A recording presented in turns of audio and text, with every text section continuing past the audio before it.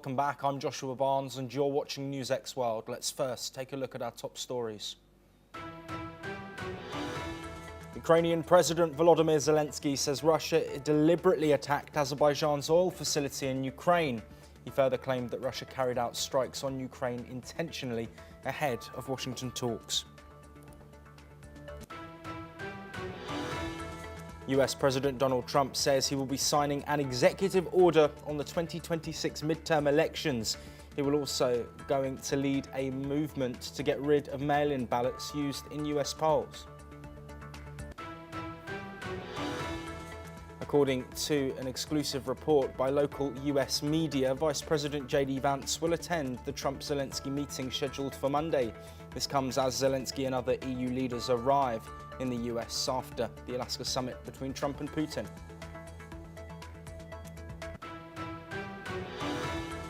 Thousands join nationwide protests demanding a deal with Hamas to free hostages and end the war in Gaza, blocking roads between Jerusalem and Tel Aviv. Police detained 38 demonstrators as Benjamin Netanyahu warns such calls harden Hamas's position. Early results show centrist Senator Rodrigo Paz leading Bolivia's presidential race with around 32% of the votes, followed by conservative former president Jorge Tuto Quiroga with 27%. The two now head to a runoff ending 2 decades of leftist rule. Air Canada cancels more flights as a strike by flight attendants shuts down operations and strands passengers worldwide. The airline says it will resume limited flights tomorrow evening after a union decision to extend the walkout. Deadly wildfires ravaging Spain have burnt the equivalent of nearly 500,000 football fields this year, setting a new record according to data from the European Forest Fire Information System. A Hong Kong court reconvenes for closing arguments in the national security trial of 77-year-old media tycoon Jimmy Lai. The pro-democracy Apple Daily founder, accused of colluding with foreign forces, faces life in prison if convicted.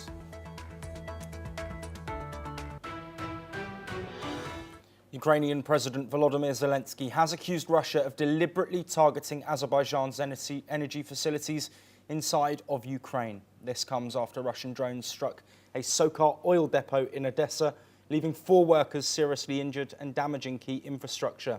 Zelensky said the strikes were not only against energy supplies, but also against cooperation between Kyiv and Baku.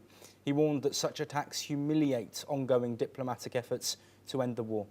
Ukraine says Russia launched demonstrative strikes on Kharkiv, Zaporizhzhia, Sumy and Odessa ahead of peace talks in Washington. 7, including a toddler, were killed in Kharkiv, while missiles in Zaporizhzhia have left 3 dead and 20 people injured. Kyiv warns Putin is attacking to undermine diplomacy and demands stronger security guarantees. Zelensky made the remarks ahead of his trip to Washington, where he is set to meet President Donald Trump. Well, joining me to discuss these developments is Glenn Grant, an ex-advisor to the Ukrainian Defence Minister, who joins us live from Kyiv. Glenn, let's first look at these strikes that have taken place overnight. Volodymyr Zelensky saying, of course, this is potentially a move to destabilise and ahead of these talks with US President Donald Trump. Do you see it that way? At all. I mean, we were expecting Russia to attack, and frankly, last night I was down in the bunker for a while, and I thought we might get attacked 3 or 4 more times. We didn't, but Kharkiv, Sumy, and Odessa were. America and Trump, they don't even notice these attacks. Let's be blunt about it. It's wallpaper for them. Well, I think that, much more important are the things that are coming out of America this morning, many of which are contradictory. Yes, Glenn. Could you expand on that, please? Of course, we've had comments from Donald Trump overnight. I'd like your insight. Yeah, I mean, we all saw Donald Trump on the carpet. He was a really, really unhappy man. But Vitkov has gone on TV this morning saying that there were lots of big wins during the meeting with Putin, and that those big wins show that there's the opportunity for a full peace not just a ceasefire. That's why they're not looking at a ceasefire. Well, I mean, Donald Trump did not look like a man who just got big wins. I'm sorry about that. But then there's this second thing: is this uncertainty about these security guarantees, because Putin has said, not sorry, Putin, Trump has said that America will make security guarantees, and then apparently he's told Zelensky that there's no chance of NATO. So it's really unclear what America possibly could provide as a security guarantee if NATO membership is not on the table. And then the third thing, which is really unsure about, is the meetings that are coming up, and whether Trump will see Zelensky before he sees the Europeans, or the Europeans before he sees Zelensky, and what, whether the European view is going to be anything more than, again, wallpaper in the background. It's quite clear from the discussions on TV of Vitkov and Rubio this morning that Trump is pro-Russia, that they are all pro-Russia, and that they intend to pressurize Zelensky to give up Donbass, or there will be no support from America. Now, in the meetings, this may not happen. It may change. But that is the message that is coming out very strongly. And if that's the case, then basically, United States is siding with the enemy, with Russia, with the enemy of the Western world. And that is something that is, it's a tectonic shift in the status of the world relationships. Well, Glenn, let's build on whether that stance could shift. Of course, we have seen Trump often change his perspective after meeting with a certain party, whether that's him directly or one of his delegations.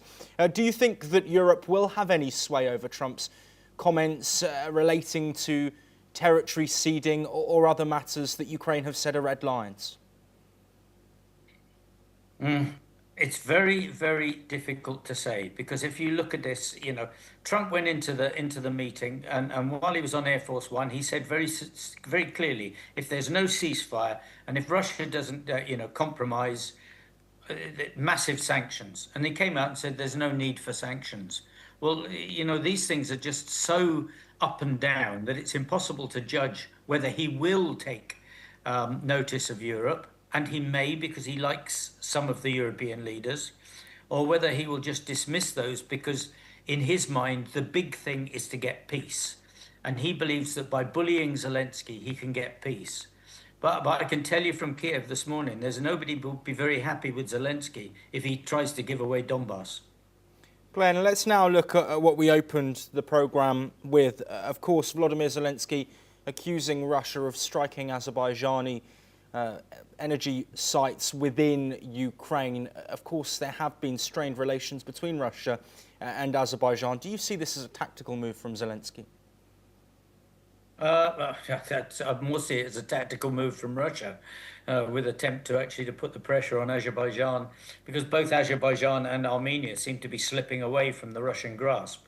So it could well be on that side just an attempt to to remind Azerbaijan that Russia is next door and they can't misbehave. Zelensky's got, there is nothing Zelensky can say about Azerbaijan or about Kharkiv or anything that's going to change this meeting at all.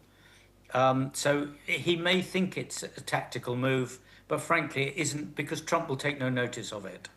Yes, and Glenn, finally, to bring an end to this discussion, I want to look at the strikes that have taken place again, and rather looking at diplomacy, looking at the civilian impact. You, of course, join us from Kyiv. You said that yourself you spent time in bunkers last night. How devastating to civilians in Ukraine are strikes of this kind from Russia? Well, I mean, when you see the strike in Kharkiv, which was, heavily targeted by, I think, 7 Shahids into one building, and it completely trashed the whole of the top floors of the building. I mean, top floors, they've just gone. And as you said, 7 dead, including 1 child. And the problem with the problem with Sumy and Kharkiv and Kherson down south is that they're so close to the front line, is that the actual warnings that come from the general staff arrive after the missiles have actually struck, because there just isn't time to actually to make these things work. And that was extremely devastating. But you know, the message coming out of Kharkiv is that Kharkiv is going to resist and is not going to give up.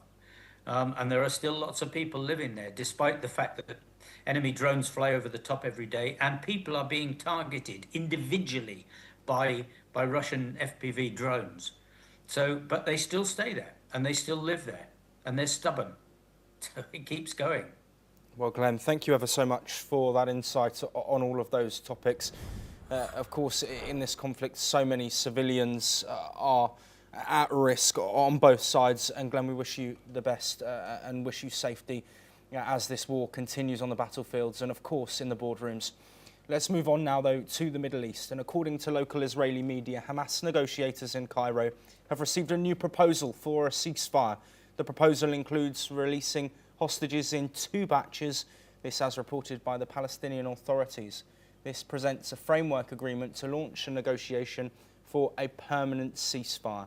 Hamas negotiators are reportedly holding eternal consultations with their leadership regarding the future negotiations. This comes as Cairo hosts peace negotiations for Gaza mediated by Egypt with support from Qatar and the US, seeking to revive a proposed 60-day truce plan that has stalled amid renewed tensions.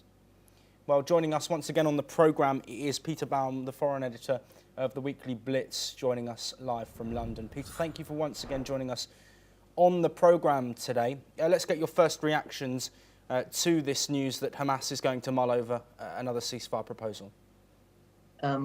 We've been here several times previously in the last 18 months, haven't we?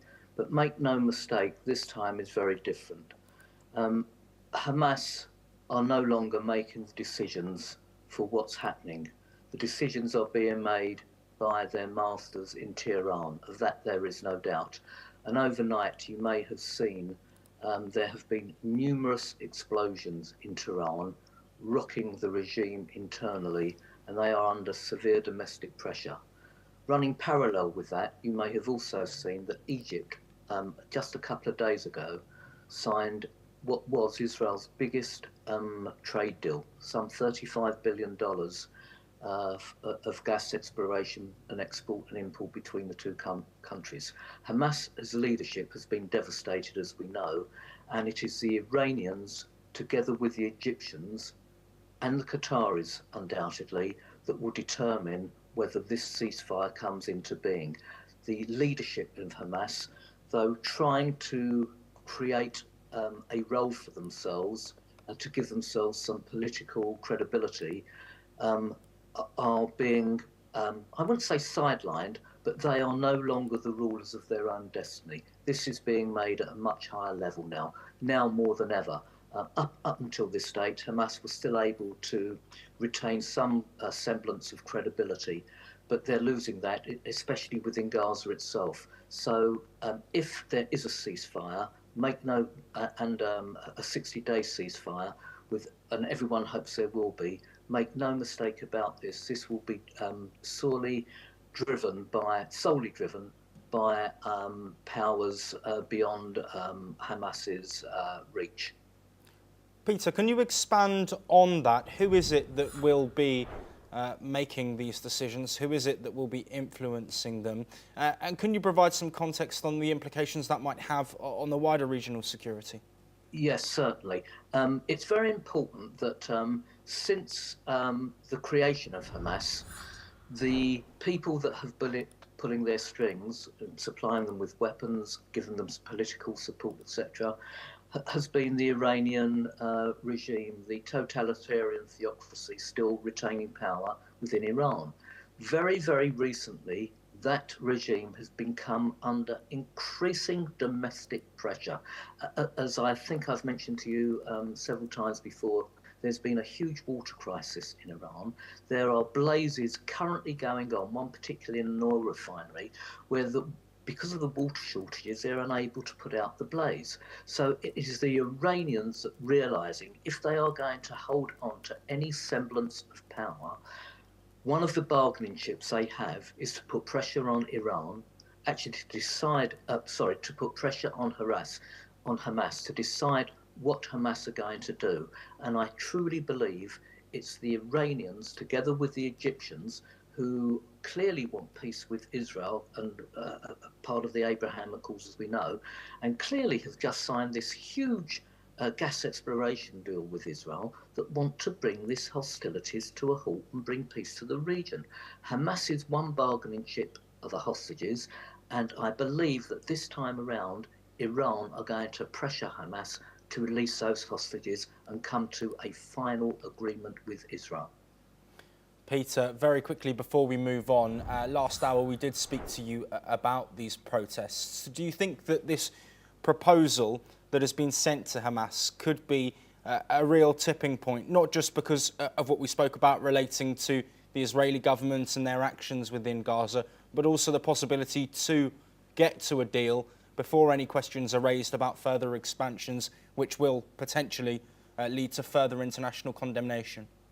That's a great question, and I do indeed. Netanyahu clearly is, if the domestic pressure becomes continues on this upward trajectory, he will have no option but to come to the agreement, the same pressure being put on Hamas by Iran. So the two protagonists, if you like, are being forced to this point.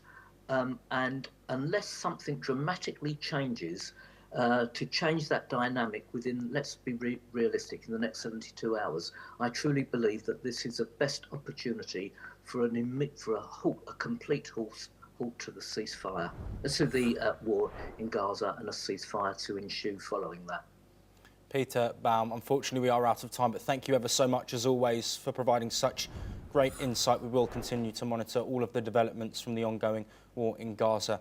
Let's now move on, as China has responded to comments by US President Donald Trump, who said President Xi Jinping assured him there would be no invasion of Taiwan during his term. Beijing has reiterated that Taiwan is an internal matter and an inalienable part of China. Let's now listen to what the Foreign Ministry spokesperson Mao Ning has said on the issue. 中方在台湾问题上的立场是一贯的、明确的。台湾是中国领土不可分割的一部分，台湾问题纯属中国内政。如何解决台湾问题是中国人自己的事情。我们愿意以最大的诚意、尽最大的努力，争取和平统一的前景，但绝不允许任何人、任何势力以任何方式将台湾从中国分裂出去。 Well, responding on Sunday, Taiwan says that it closely monitors US-China interactions. Its foreign ministry pledged to cooperate with Indo-Pacific partners to safeguard peace in the Taiwan Strait. The United States, while not formally recognizing Taiwan, remains its main backer and arms supplier. China, which has never ruled out the use of force, continues to call Taiwan the most sensitive issue in its ties with Washington. Well, with us to discuss this information, Dr. Satoru Nagao, a fellow at the Hudson Institute, joining us live from Tokyo, Japan. As always, a pleasure, Dr. Nagao. Of course, Trump's comments, a clear sign of optimism, potentially, for stability, given the fact that he said China won't invade Taiwan during my second term as president. But China saying it's an internal matter. Where do you think the reality in this stance from China towards the US relating to Taiwan actually stands? China's remark is relatively calm in this case because it is interesting China hasn't said this is they said this is internal matter, but at the same time they do not refuse Trump's logic. So because President Trump said because of his unpredictability, he did not clearly say unpredictability about this remark, but anyway, this is the background. That's why China cannot invade. We can remember what happened in Russia and Ukraine. Putin decided to invade Ukraine. In this case, what kind of the mindset Putin has? Because he believed he can win, that's why he invaded, even if this was miscalculation. So, if the China believe China can win if invade to Taiwan, of course China can do that. But in case of the President Trump, he is the guy of the unpredictability. So this means that the scenario to win the war is uncertain, not clear. In this case, can Chinese leader decide to invade Taiwan? That is my topic in this case.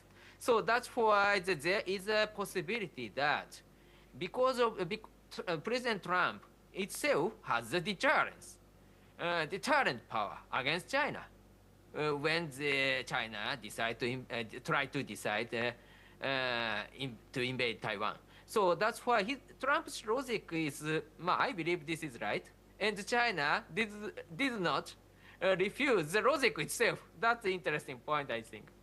Yes, and Dr. Nagao, let's look at that relationship between the US and Taiwan. As we said earlier, there's no formal recognition, but the US is the biggest backer of Taiwan.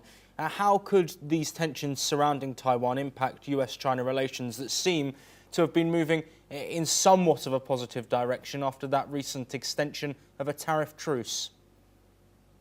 Yes, in this case, President Trump's policy is a little bit ambiguity. Indeed, clear, but he tried to show the ambiguity because he wants Taiwan to pay more for defense.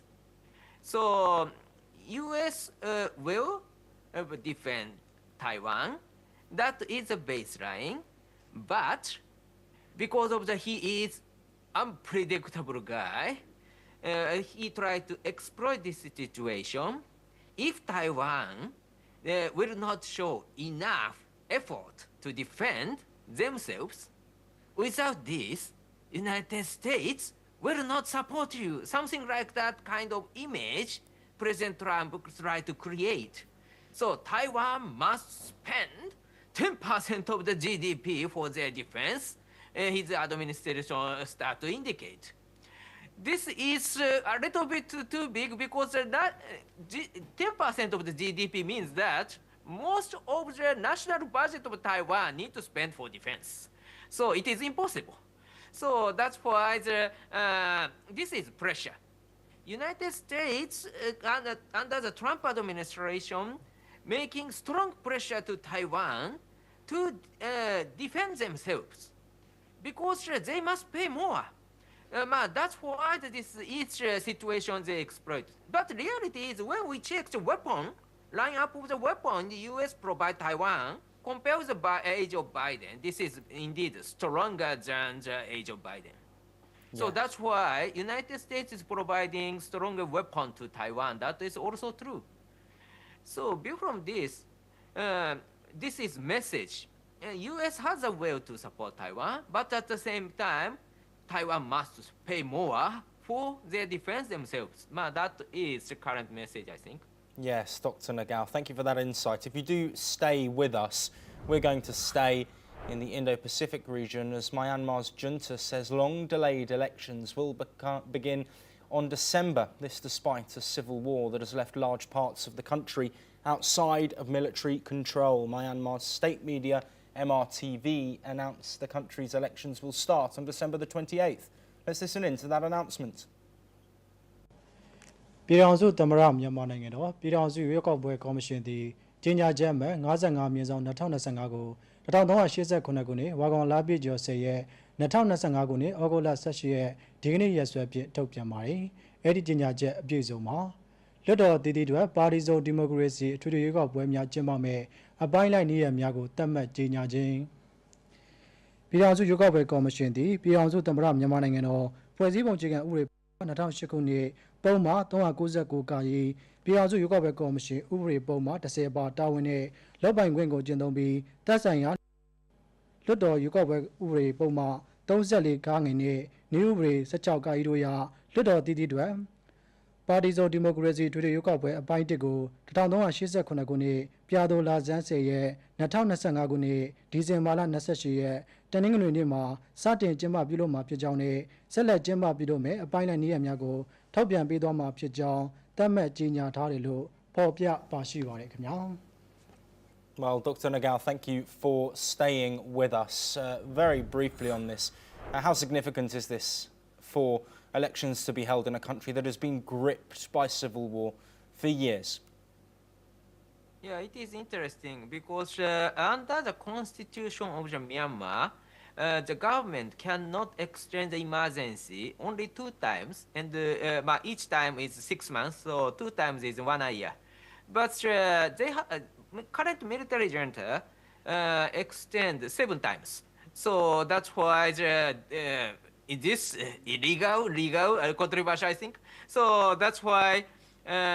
The military junta say this is emergency, that's why they can extend, even if the constitution prohibits it. Something like that is logic. Anyway, this is illegal, I believe. So 7 times, they have already extended. Why 8 times hasn't come and end it? That doesn't matter. There's a possibility the military junta needs people's support. That's why for legitimize their governments, they need election. But the problem is, because of the law and order situation, can they hold the election? Maybe there is a possibility the area is limited, and that area military junta can win. That's why they hold the election. Yes. So this election is only for military junta. And this is not election. The international community or many people in Myanmar accept military junta's rule. That is that view from this is meaningful election only for the military junta, I think. Yes, and Dr. Nagao, of course, while you were answering that question, we were showing visuals. Of course, Myanmar hit with that devastating earthquake months ago and a war-torn region. Questions have been raised about the legitimacy and the fairness of these elections. That's something we will continue to monitor. Dr. Nagao, do stay with us once again as we shift away from the Indo-Pacific and head towards Europe. 2 firefighters have reportedly been killed in Spain and Portugal on Monday as wildfires ravaged the Iberian Peninsula during a sweltering heatwave. Both victims reportedly died in road accidents, bringing the death toll to 2 in Portugal and 4 in Spain since the wildfires erupted in recent weeks. Spain enters a 3rd week of heatwave alerts, with emergency services and specialist army units fighting fires in the country's northwest and western regions. Neighbouring Portugal is also battling fires across the country, with both nations appealing to the European Union for assistance. Wildfires in Spain have burned over 70,000 hectares of land in recent days, accounting for nearly half of the total damage recorded this year. Defence Minister Margarita Robles said, "We have not faced a fire situation like this in 20 years. He also added the fires have special characteristics as a result of climate change and this huge heatwave. Robles said conditions are unlikely to improve until the heatwave, which has pushed temperatures up to 45 degrees Celsius, begins to ease on Monday evening or into Tuesday. Spain's Prime Minister Pedro Sanchez visited an affected region on Sunday and pledged a national pact to address the climate emergency. Portuguese President Marcelo Rebelo de Sousa announced that a firefighter was killed on Sunday and 2 others were seriously injured. Thank you, Dr. Nagao, for staying with us. We don't have too much longer left. But of course, these fires, in the short term, people are dying, but several more deaths are expected. A recent heatwave in Europe saw a reported 2,300 deaths due to heat-related issues, and of course wildfires as well, a key part in these heat waves. What action do you think needs to be done now? We've heard there that the Spanish government is looking at an environmental sort of resolution, but of course this is a global issue. When does the world start looking at the situations happening across continents and potentially look at solutions? Of course, strengthening the power or improving the tactics is needed, of course. But when firefighters sacrifice their lives, firefighter is expert of these wildfire, fire. So that's why, even if they are experts, fire itself is far wider or rapid expand, and this is far more dangerous than the expectation. That's what happened, I believe. So that's why, indeed, this is global trends related to the climate change, many experts believe, and there's a possibility that is true. So that's why this in the large scale reform is needed to tackle this situation, I believe. So how to find the resources matter, but my view from the big picture in this kind of governmental reform to deal with a more wider big fire is needed under the current change of the global situation. Yes, Dr. Nagao, we are unfortunately out of time, but thank you ever so much for joining us on all three of those separate topics. For now, that is all we have time for. We'll be back shortly with more of your latest breaking news from across the world.